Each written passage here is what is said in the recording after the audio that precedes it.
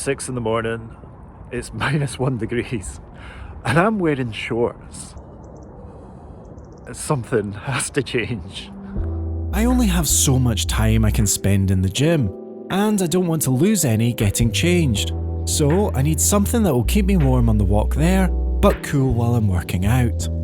I thought about making rip-away pants, but that seemed a bit flashy. The plan instead is to make sweatpants. As usual, I'll be repurposing second-hand garments. I'll use the style lines to accommodate the smaller panels of fabric, and add zips to the knees so that I'll be able to dump heat. For materials, I have this stack of jersey knits that I've pulled out of my cupboard. These are all garments that are really at the end of their lifespan. This used to be pink. I don't know what color it's going to be on your screen. These are my old Rick Owen rip-off shorts. I've got mixed feelings about these. I kind of want to keep them, but they don't fit anymore, so why would I keep them? For inspiration, we're looking at the NS22Bs. If you're a long-term viewer of the channel, you'll know how much I love these, how proud I am of them. And the main thing we're looking at is this pocket arrangement, which we are going to replicate on the new garment. But before we can do any of that fun stuff, we do have to do some pattern drafting. And I know nobody watches the pattern drafting, nobody's interested, but it is integral to the project. If you do want to skip ahead, I marked my chapters, so I'll see you in a couple of minutes. But for the people that are committed, let's do this. I'm starting with my trouser block, and you can draft your own by following my handy guide. I'll be modifying the pattern based on instructions for sweatpants in pattern cutting for menswear. On the front leg, I'm dropping the crotch by 20mm, taking out the 40mm pleat and tapering the legs. On the back leg, it's the same drop to the crotch, they're tapered too, and I take out the dart by angling the centre back rise. If you're wanting proper directions on this, ask me in the comments, I'm happy to offer more detail. But now we can look at something more interesting. These are the panels I got from unpicking the donor garments. The pattern gives me a silhouette to work to, and after a bit of trial and error, I lay out my panels and decide where to use them to patchwork together the garment. I rough in the style lines and fine-tune them. The front knee is the most important. This lets me split the top front on the centre line to use 2 of my smaller panels of black. I can then add the angle for the back pocket assembly and find the points that allow the style lines on the knees to wrap around the body. The last thing I do is check the measurement on the waist, and I decide it's a little too tight, so soften the side seam curve on the front panel. I could then draft the final panels and add a standard seam allowance, and this is the finished pattern. The plan has changed a little. I've gotten rid of the grey, having dug up more black fabric from my scrap stash. I iron out a donor panel, matching up its pair right sides together, iron again, and cut all the pattern pieces.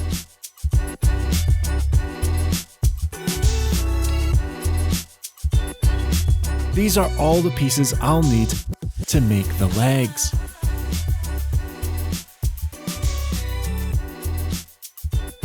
I've also salvaged the waistband from the shorts, 2 sleeve cuffs for the ankles, some scraps for the pocket bags, and netting for the knee vents. I also turned the scraps into this very long and weak rope. I can now begin assembly with a simple straight stitch on the adjoining panels. Here you can't see that I've hemmed the top and bottom edges of the patch pockets, and I'm basting them into place to be joined to their matching black centre rise panels. Except it was late and I'd been working for hours and I'd sewn the wrong panels together.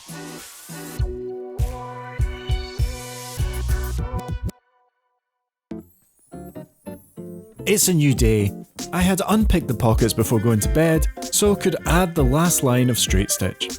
I could now do the complicated bit on the back panels, the angled join at the knee. I ironed out the panels, pinned in place, before basting the parts together to make sewing a little easier.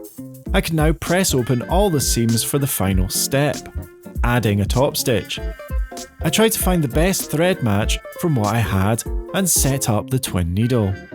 I don't have a serger, but the twin needle seemed the easiest way to get a strong join and stabilise the raw edges. Eventually I got kicked out of the living room and had to go set up in my office. Digging around in my hardware, I found 2 zips that matched perfectly, apart from colour. I sandwiched the zips between the upper leg panel and netting. This was then edge stitched in place. I added bias binding to make the raw edge more comfortable against the skin, then repeated the process with the bottom leg panel. I ended up with a tube of netting on the back and the fronts meeting at the zips. I'll be honest, I'm winging this, so use your own judgment if you plan on something similar. Also, that's the sound of me ruining my scissors cutting into a pin. I ran a zigzag around all the raw edges to stabilise the fabric, and this is the finished panels. It's gone a bit wibbly wobbly, wavy from doing the side stitch, and I've stretched the fabric. I'm hoping that a solid press will take that out. Here's my zip assembly, and it worked out okay. The zip moves freely. Probably should have added some tabs of fabric either side, but I'm fairly confident that the side seam will cover those up. It would have just been a bit neater. I did make a mistake.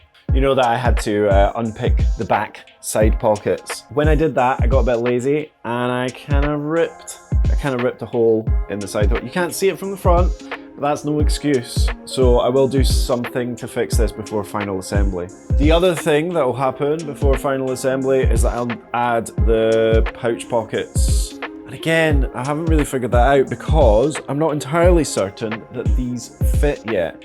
So what we're going to do next is assemble the sweats with a loose basting stitch. And these are great, I think. First thing I notice is that the centre line is about 40mm away from where I would actually like it to be. Similarly, the back style lines could be a bit wider, but it kind of reminds me of Ghost Spider's costume, which I like. Happy to continue, I roughen the shape of the pouch pockets and take on the last few details. I waste a lot of time drafting the perfect pocket bag pattern, then realise I don't have enough fabric in the short's original pouch pockets. The important thing is to add enough of the pink to sit behind the pocket opening. I make 2 cuts. The deeper one is for the pink insert, the shallower one is for the pocket opening. I use the offcuts as templates for the pink section and join them with a straight stitch.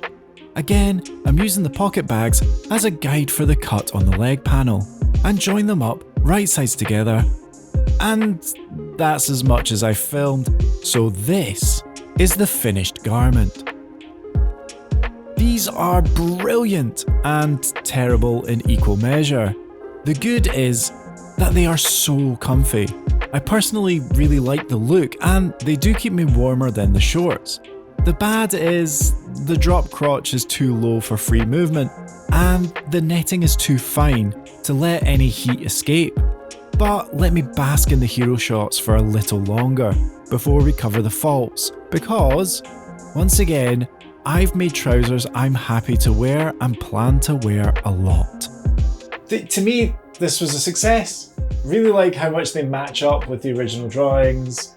Aesthetically, you've seen similar things from me before, so these sit nicely amongst all the other garments that I've already made. I think the pattern being informed by the panels that I had access to made the final thing much stronger. One of the things I should say, right, so this is maybe one of the first times I've used garments that are from my wardrobe, things that I've worn. And apparently I wear things to death because these are disgusting. I obviously wore that hoodie and these shorts to do some painting at some point. If I had donated those garments, they would never have made it past the ragman. They wouldn't have got onto the rail. Definitely the benefit of getting things from the charity shop is that they're of much higher quality than what I used to make these. What I think is that these might get made again because you can't have only one pair of trousers to go to the gym in, eh? The overall silhouette, you know that I like it. I do like the look, but they sit on the hips. They were always going to sit on the hips. All my trousers sit on the hips. And that drops the length of the trousers. So that the zipped parts sit below the knees The drop crotch is even more dropped. They look better when they're up on the waist, but my body doesn't really want that to happen. There's a lot of roundness in the middle of me that just pushes things down. Until I sweat that out, I need to accommodate my body shape in the garments that I'm making. One of the other details, I said right at the start of the film that I was taking inspiration from the NS22Bs for the pocket arrangement. Well, that didn't actually happen, because in the end, I did the exact opposite. On the NS22Bs, the pocket slants forward here because there is a single panel at the back, which could only happen because there's a gusset in the crotch. Now, I thought, and I tried to pattern a gusset into these, but it's beyond me at this point in my sewing skills. At some point there will be a pair of trousers with a gusseted crotch, but we're not there yet. The joy of the NS22Bs is that angled pocket meant that you could be in a prone position and things wouldn't fall out of those pockets. I'm going to let you see the insides of these, and yeah, there's a lot of loose threads. I need to go back over these with the thread trimmer and just take off the loose threads off. What I'm slightly worried about is that, yeah, and I found one immediately, is that I might not have stabilized all the edges in this garment. You can see where the big panels join. I've got that zigzag stitch, and you can see here where I added the twin needle, we've got a very, very tiny little zigzag stitch that will hopefully keep these things together. I think we're going to continue using the luminous green for all construction in the near future, just because I enjoy it. And yeah, the insides are kind of, they're a lot, but they're not bad sewing. And yeah, I totally skipped fixing the hole. Sorry? I don't know. I was just trying to get them finished, okay? I skipped it. I'm gonna, in fact, I've got some, hey, there we are. We'll just get this done right now. What I'm gonna do to close up the hole is add a parachute ranger stitch, because that's easy and hopefully it'll work. So while I get this done, as always, thank you very much for watching. It's hugely appreciated. Like, I got loads of messages over the holidays from people just commenting on the videos saying really nice things, so I just want to say thank you to all of them. I already regret the lofty goals that I set in the end of year review. I'm already a video behind. I don't know if I'm going to get 25 made this year. Next, in theory, is going to be the Valentine's Day garment for my wife. Literally got 2 weeks to make that, so let's get that done as quickly as possible. We're getting close to like 1,000 subs, and I've been working on something to do as a bit of a special treat for I don't know who, but like as a little commemorative item to go with the 1,000th subscriber. So keep your eyes peeled. And what else is going on? Our streetwear is back. I don't know if you guys know about that or are interested in that, but I might try and post on our streetwear and have myself completely destroyed by the kids over there who are always like much better dressed and have way more money to play with clothes. I think that's it. So like the video if you like the video, subscribe if you want to see more of it, add a comment if you have any questions or thoughts, or like just generally want to help me get noticed by the big bad algorithm. But the best way that you can help the channel is actually sharing the content directly to people that you know that actually might be interested in this work. I'm going to concentrate on this, so I guess I'll see you next time. Whenever that might be. I don't know when that will be. But hopefully it's soon. I'm really enjoyed making these trousers. This was a really good project. Feels like a total win. All right, that's enough chat, isn't it? That's enough chat. God, this is going to take forever. I mean, it's not. I just probably shouldn't be filming an outro whilst doing it.